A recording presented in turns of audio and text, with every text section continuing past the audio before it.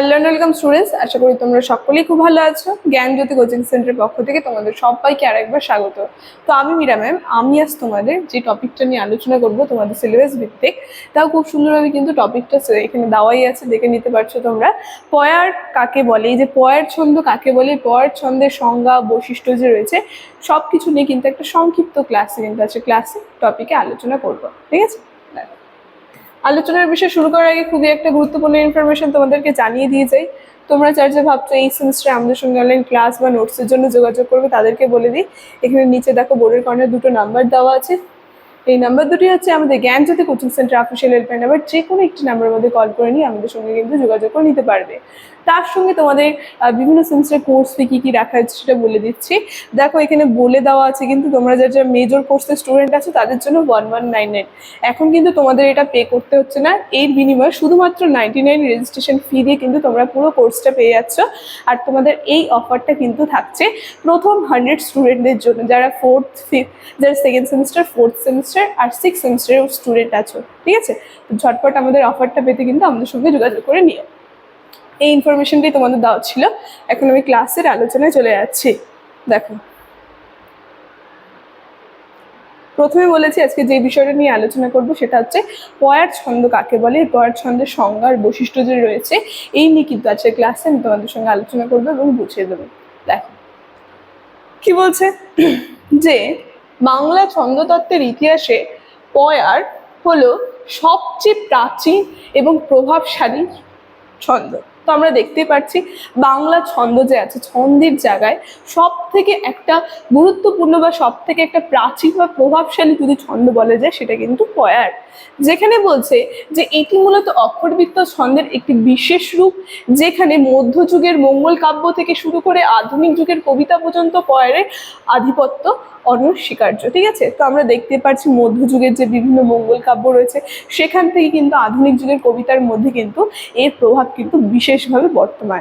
ঠিক আছে, দেখো এখানে তাই খুব সুন্দরভাবে পয়ারের একটা এখানে সংজ্ঞা কিন্তু দিয়ে দিয়েছে।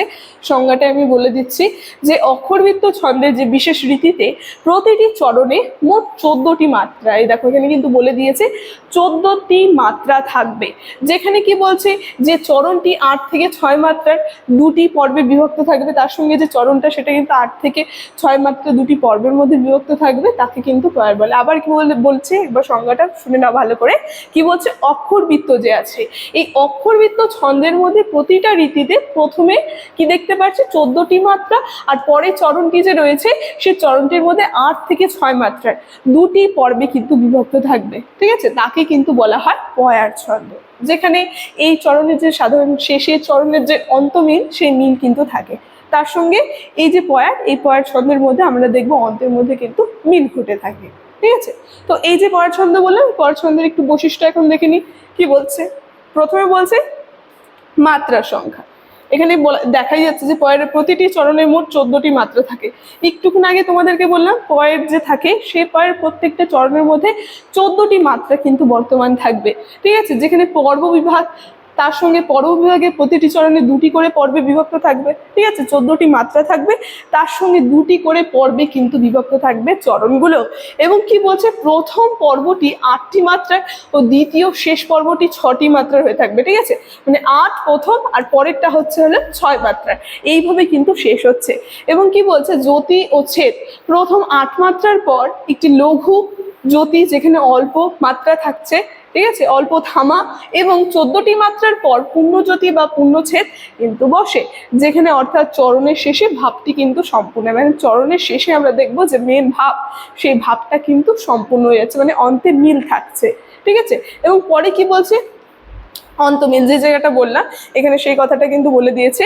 পয়ার সাধারণত ত্রিপদী যে আছে, ত্রিপদী কাঠামোতে লেখা হয়, অর্থাৎ প্রথম চরণের শেষ শব্দের সাথে দ্বিতীয় চরণের যে শেষ শব্দ সেই শব্দের মিল থাকবে, মানে দুটা চরণ থাকবে। ঠিক আছে, কবিতার মধ্যে দুটা চরণ, প্রথম চরণ থেকে শেষ চরণটা এর মধ্যে কিন্তু মিল থাকবে। ঠিক আছে, তো তাই বলছে, বা অনুপ্রাস কিন্তু থাকে, যেমন ক ক আর খ খ, এইভাবে কিন্তু একটা মিল বর্তমান কিন্তু দেখতে পাচ্ছি আমরা চরণের মধ্যে। ঠিক আছে, এই গেল চরণের বৈশিষ্ট্য।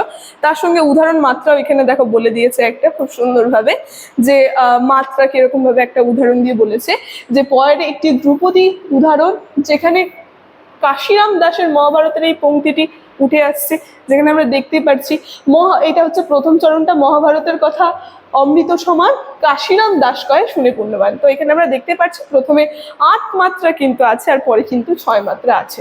তো এই চলে গেল একটা উদাহরণ, ঠিক আছে। তো এই যে পয়ের সংজ্ঞা, উদাহরণ, বৈশিষ্ট্য, দেখো সেটা নিয়ে কিন্তু আজকে ক্লাসের আলোচনা আমার এতটাই ছিল। তোমরা পারলে পরে প্রথম থেকে একবার দেখে নাও। আজকে আলোচনার বিষয় আমি এখানেই শেষ করছি। ভিডিওটি শুরু থেকে শেষ অবধি দেখার জন্য থ্যাংক ইউ।